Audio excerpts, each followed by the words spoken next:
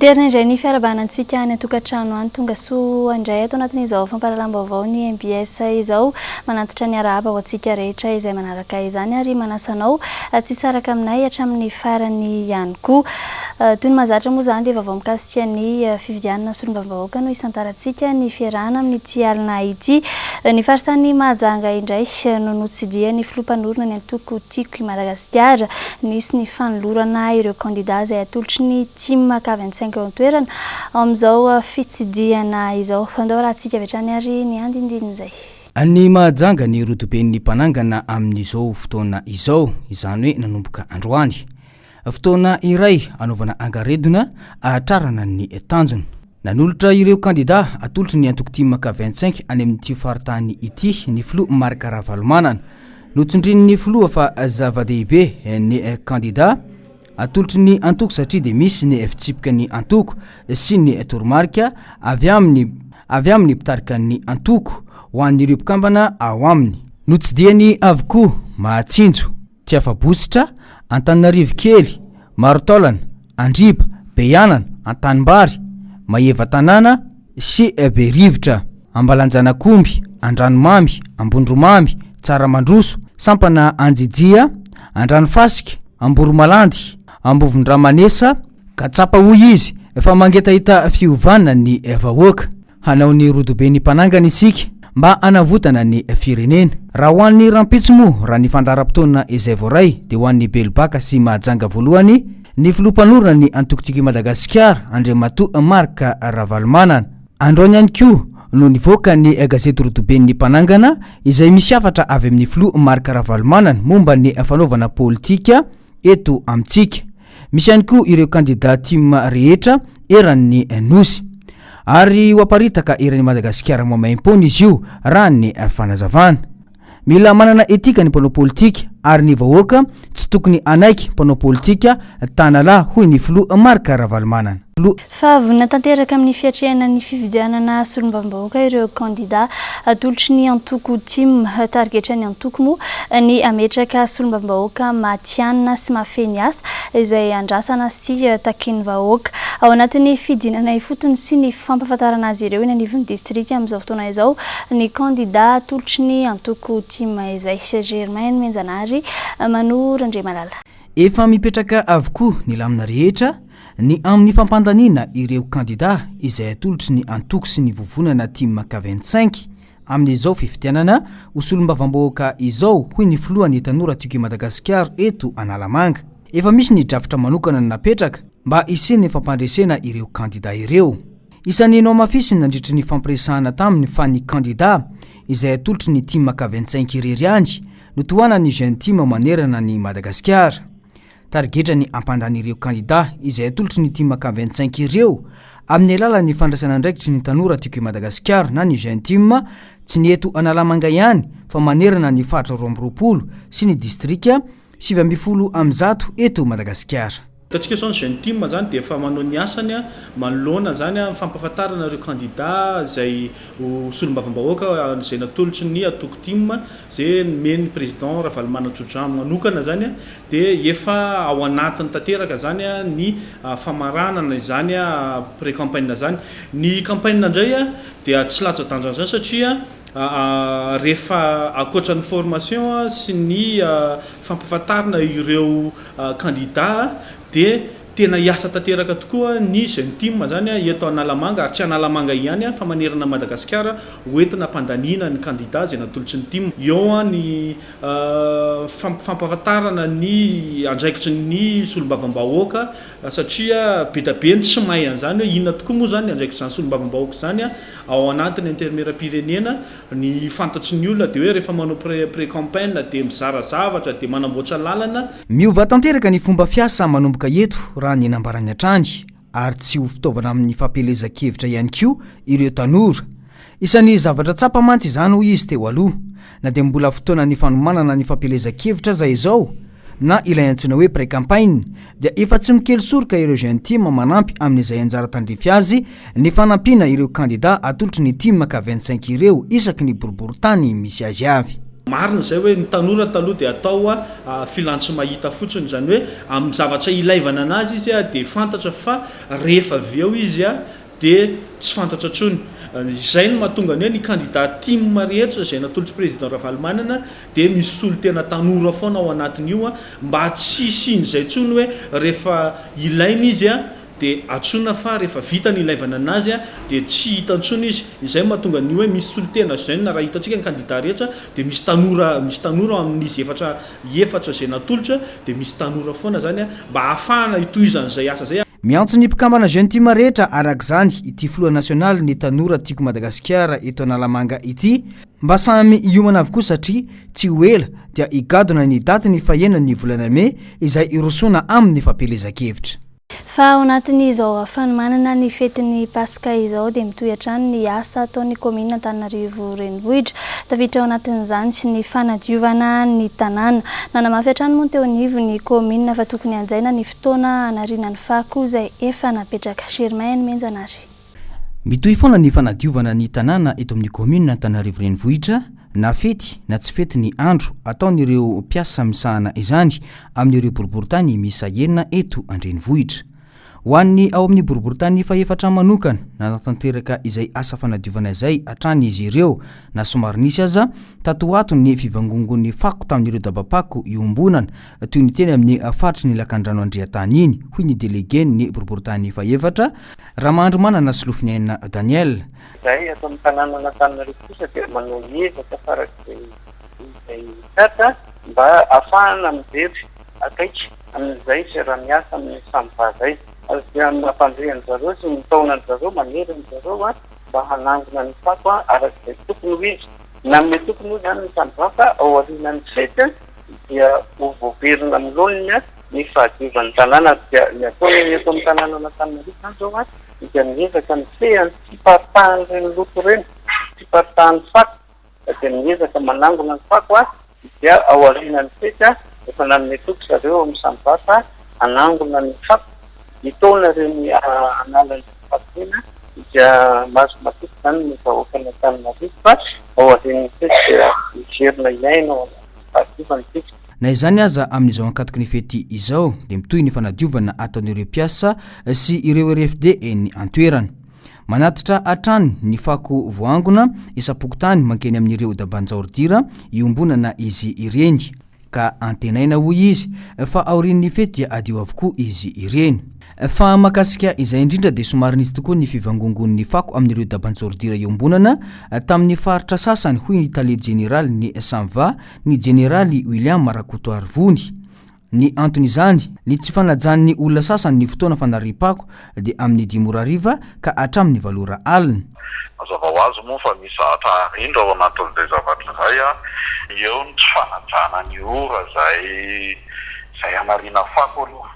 Eo ihany koa tena marina misokatra vo fako maly ny teny ambonipotsy dia feno fako be teny ambony teny satria tsy afaka nidiran'ny camion zay hitantsika fa nisy fepetrany raisiny teo amin'ny préfecture ny teo anivon'ny commune zay hoe tsy ahafahan'ny tomobile miakatra teny ambonipotsy na teny amin'ny lahaoty teny dia amin'izao fotoana izao vo fakomaly vo afaka nidirana teny ny dikan'izay mba ao anatin'ny fanaovana fety paka mirindra tsara ao anatina madiotsika dia ny izahana ny fiara efatra be zao nalefa niakatra teny ambony teny nanalan'ny fako teny ka misy secteur zany sasany tsy maintsy nabandonena kely vuan'izay fanalana ny fako zay efa nivangomina nandritra ny amam-bolana maro teny amin'ny lahotely fa zay mino fa ao anatin'ity fety fankalazana ny fety Pâques ty dia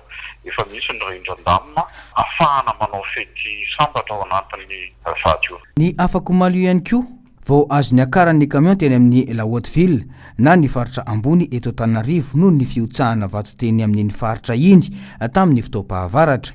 Afaka maly ihany koa arak'izany vao afaka ny fako niangona teny amin'ny dabanjaordira iombonana teny antoerana hatrany Ambohipotsy ny camion ny Sanva izay miisa efatra.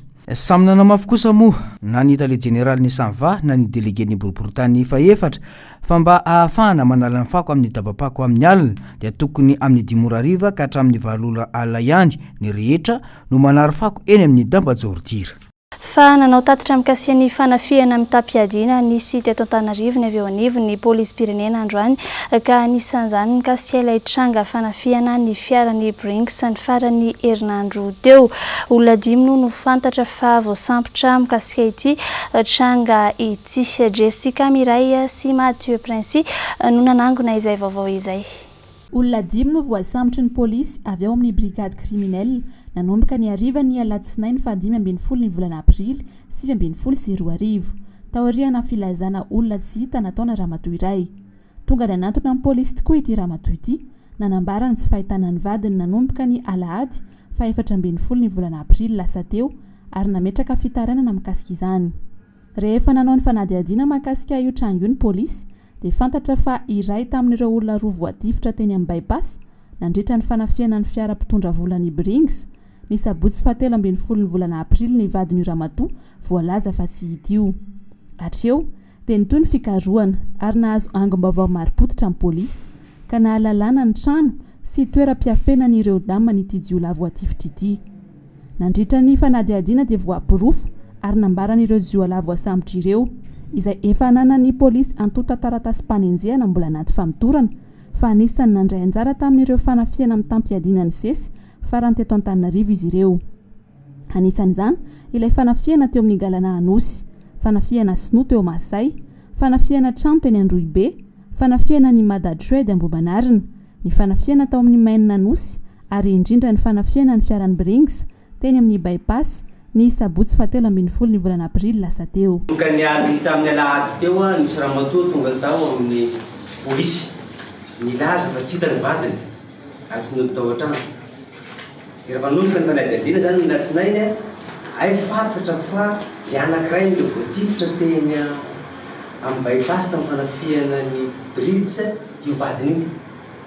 Dia rehefa nanoloka fanadihadiana moa zay dia le ramatoa io ihany nilaza taminay hoe PDB ny namany vadiny, hitany miresaka amin'ny vadiny. Fa atondroko anareo izy raha ilainareo zay fa sao dia majiolahy namany miaraka amin'ny vadiny zany ireo rehetra anao. Dia teo zay nanao ny fanadihadiana dia nanomboka ny fisamborana ny olona rehetra zay eritreretina fa niaraka tamin'ny vadiny izy. Dia nanomboka tamin'ny latsinainy zany zay nanao fisamborana, nanao fisamborana ny olona rehetra zareo dia hatramin'izao tsika miteny zao zany olona 5 ny voasambotra ao amin'ny brigade criminelle. Namany le vadiny zay isan'le maty teny amin'ny Brinks. Zany hoe tsy nietrehitra mihitsy zany zay tamin'ny ny fanadihadiana hoe andeha hanao ankety mikasika ny Brinks fa noho ny fisamborana atao no nahafantarana fa aizany le tonga reto nandray anjara teny amin'ny fanafiana teny Brinks. Nefa le olona roa rehefa natao le fanadihadiana zany le anankiray maty faharoa le teny amin'ny voatifitra teny amin'ny Brinks iny koa olona efa fantatry ny ao amin'ny polisy pirenena mpanao fanafiana Tapiadina eto Antananarivo. Mitovy hatrany ny fomba ataon'ireto jiolahy ireto amin'ny fanafiana amin'ny Tapiadina ataon'izy ireo. Fa raha mahakasika ilay fanafiana ny fiaran'ny Brinks kosa dia nisy firaisana tsy kombakomban'izy ireo tamina mpiasa roa efa voaroaka tao amin'ny Brinks sy polisy amperinasa iray ary mpamily fiara karetsaka iray. Atolotra ny fitsarana avy hatrany ireto olona ireto raha vao vita ny fanadihadiana mahakasika azy ireo. Lafim-baovao hafa kosa indray avelo taraina ny mpivarotra eo amin'ny tsena avaratra Tanimora noho ny filazana fa tany manatompo ny tany ivarotan'izy ireo. Manay araka izany ireo mpivarotra ny analana azy ireo eny an-toerana tany izay fantatra fa an'ny komina Antananarivo renivohitra. Nanao ny fanadihadiana teny an-toerana Jessica Miray sy Mathieu Prince Atrandy. Eto amin'ity sampanandalana mankany Ankatso sy Antanimora ity no misy ny fifanolanana mahakasika ny tompony tany. Raha nijery ny firafitry ny tany na ny planty komantsy ireto mpivarotra ireto dia voalaza fa misy tompony ity tany ity, eny fa na ny arabe azy araka izao voafaritra anaty tsipika menamena izao. Manay araka izany ireo mpivarotra ny analana azy eto satria eto ny fitadiavana sy fameloman'izy ireo ny vady aman-janany. Ity tany ity anefa izay araka ny antota taratasy anana mpivarotra mivondrona ao amin'ny fikambanany FMAA dia ny komina Antananarivo renivohitra. Tsara ny mampahafantatra fa tsy mbola nisy namefy akory ny tany. Tsy mbola fantatra ihany koa ny mety ho anaovana ilay milaza ho tompon'ny tany azy eto. Varotra eto Baratamboura izay mivotrana anaty association anankiray FMAA fikambanana mpivarotra valatra tamin'ny mora dia manana olana izay mpivarotra eto. Ny olana misy eto aminay eto dia misy mamatotra ny toerana izay varotanay. Misy mikasa madika propriété privée le tany commune urbaine Antananarivo izay tany misy ny tsenanay. Dia izahay dia mpivarotra ara-dalàna manana carte professionnelle daholo izay taorian'ny recensement izay nataon'ny commune urbaine Antananarivo. Anisan'ny fipetrana anankiray nitakiana tamin'izany ny fijerenan'ny tany izay varotanay. Vao marina tamin'izany fa tany commune urbaine Antananarivo ny toerana izay varotanay. Araky ny juridique izay eo am-pelatananay. Dia izay mampatonga anay manaitra ny tompona andraikitra azy indrindra eo anivon'ny commune urbaine Antananarivo mba hijery akaiky ny toe-javatra mahazo anay ety. Maneho ny fitarainana araka izany ireto mpivarotra ireto ny mba hijerena ny zava-misy eo amin'izy ireo satria efa nandritra ny taona maro no nanajarian'izy ireo ny tany. Raha ho an'i Nicolas manokana mantsy dia efa hatramin'ny taona 3 mpivarotra efa mahery ny 20 ihany koa izy ireo no mivarotra eto. Somary hiala kely ivelan'ny renivohitra isika tao anaty vaovao manaraka ity eo amin'ny tranga-piarahamonina dia ny trangana Aitrano tany Morondava Omaly Ariva tokony ho tamin'ny 5 ora raha tsy nisy niraisina ny akamaroan'ireo trano hatramin'ny fananan'ireo mponina. Laurette Berton nanangona izay vaovao izay. Trano fanamboarana fanaka na ireny atelier de bois ireny no niandohan'ny motro tao amin'ny fokotany Ankisirasira Morondava ny aliny alarobia fa 7 ny volana aprily 2022 tokony ho tamin'ny 5 ora. Fantatra araka ny loharanom-baovao fa avy tamin'ny olana teo amin'ny herinaratra nanodina ny masinikazo no nahatonga ny firehetana. Nihitatra tamin'ny trano maro manodidina izany ka trano 5 no maitanteraka ary tsy nisy azo noraisina ny fananan'ireo mponina hatramin'ny biby fiompy toy ny akoho amam-borona sy ny kosoa. Naharitra ora maro vao maty tanteraka ny motro.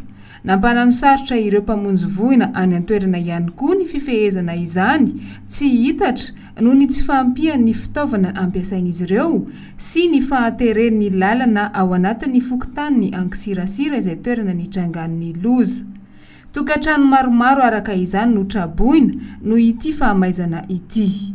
Ivadika pejy hafa kosa isika mbola ny 4.5 isanjaton'ny olona sembana eto Madagasikara ao anatin'ny fikambanan'ireo vehivavy sembana no manana antonasa ivelomana eto Madagasikara raha ny tatitra nataon'ny fikambanan'ireo vehivavy sembana eto Madagasikara hatrany mba ahafahan'ireo vehivavy sembana misitraka ny zofeny tokony ho azy ireny dia vonona ny hanoana azy ireo ny fikambanana ivondronan'ireo vehivavy mpandraharaha eto Madagasikara. Noro fitiavana. 5.5 isanjato ny olona manana fahasembanana eto Madagasikara no tsy manana antonasa amin'izao araka ny tatitra navoaka ny teo anivon'ny fikambanan'ireo vehivavy sembana eto Madagasikara na ny AFHAM. Anisan'ny sakana tsy ahafahan'izy ireo mivelatra eo anivon'ny fiarahamonina izay tsy fananana asa izay noho ny fahitan'ny mpampiasa ny toe-batan'izy ireny. Mandidina ny 4.5 isanjato kosa amin'izy ireo no efa miasa ara-dalàna eny anivon'ny orinasa. Karazana asa maro moa no voalaza fa vitan'ireo olona sembana amin'izao raha ny fanazavana. Ao anatin'ilay artisanat dia misy ny vannerie, tissage, couture, broderie. Dia misy ny amin'ny resaka travail à la chaîne. Ny amin'ny travail à la chaîne indray dia ao ny resaka hoe comptage, triage, resaka empaquetage, emballage. Dia amin'ny resaka ihany kosa indray hoe secrétariat zany ny bureau dia standardiste, raha resaka hoe employé du bureau zany secrétaire, standardiste, réceptionniste, comptable zany opératrice de saisie zany misy manana zany zay ary farany amin'ny resaka hoe nettoyage dia misy zany ny hoe femme de ménage sy lavandière na mpanasa lamba. Zava-dehibe ny fanomezana fiofanana araka-asa ho an'ny olona sembana sy ny famporisiana azy ireny amorona asa ary ny fandraisana azy ireny hiasa aorian'ny fiofanana. Izany no ilaina mba ahazo ny olona manana fahasembanana misitraka ny zony. manoloana izany orinasa iray misehatra eo amin'ny tontolo ny fandrarahana no fantatra fa andray anjara biriky amin'ny fandraisana ireo olona sembana hiasa ao amin'ny orinasa io. Ny groupement des femmes entrepreneurs atao anatin'ity fanaovatsiny ity dia s'engagé na mividikisana fa hiezaka apiditra ireo vehivavy manana fahasembanana izay mamaly les compétences tadiavin'ny orinasa izay tatan'ireo vehivavy ireo eraky Madagasikara. Efa hita zany ny base de données fa manana vehivavy misy traikefa miresaka miresaka secrétariat, resaka administration, resaka fampiasana ny asa tanana rehetra, ny fanjairana, ny resaka artisanat sy ny sisa. Ny faran'androany atrikasa nasionaly amin'ny fampanana asa ireo vehivavy sembana no tarindra fikambanan'ireo vehivavy sembana eto Madagasikara na ny AFHAM. Nanamarika ny famaranana ny fifanaovany sy ny mpiara-miasa ateo amin'ny fikambanana GFEM na ny fikambanana ivondronan'ireo vehivavy mpandrara eto Madagasikara sy ny fikambanan'ireo vehivavy sembana eto Madagasikara teny Analakely. Izay atrany sy Denis ny fanadidina manokana izay nataon'ny mpanao gazetina hita amin'ity androany ity raha sendra nanontany ireo olona izay tafaresaka tamin'izy ireo manoloana izay fanomanana ny pasika izay dia maro tamin'izy ireo no nilaza fa tsy dia nisy loatra ny fanomanana noho ny olana ara-bola, tsy misy araka izany ny teti-bola manokana natokany ankamaroan'izy ireo amin'izany noho ny fiakaran'ny vidim-piainana amin'izao fotoana izao. Noro fitiavana sy Erzora Zanarfonty. Maro amin'ny malagasy no tsy manomana intsony izany hoe fetin'ny Paka izany amin'izao vokatry ny fahasairanana sy ny tsy fisian'ny vola natokana ao amin'izany. Anambarany ankamaroan'ny olona fa sarotra kokoa ny atrehana izany fetin'ny Paka izany amin'ity taona 2012 ity raha mihoatra tamin'ny taondasa. Vokatry ny fidanga ny vidim-piainana amin'izao izay mampimenimena ny ankabeazan'izy ireo. Aminay manokana ny tsena tsy mandeha tsisy vola. Ny vahoaka madinika rehetra amin'izao tena tsisy vola zany Paka zany dia tena tsy manao Paka e. Tsy mba manam-bola homanina zany e. Say. Miakatra ilay vidin-javatra. Miakatra daholo na ny charbon na ny vary moa tsy mba nisy hoe mora zany fa mialafo ihany.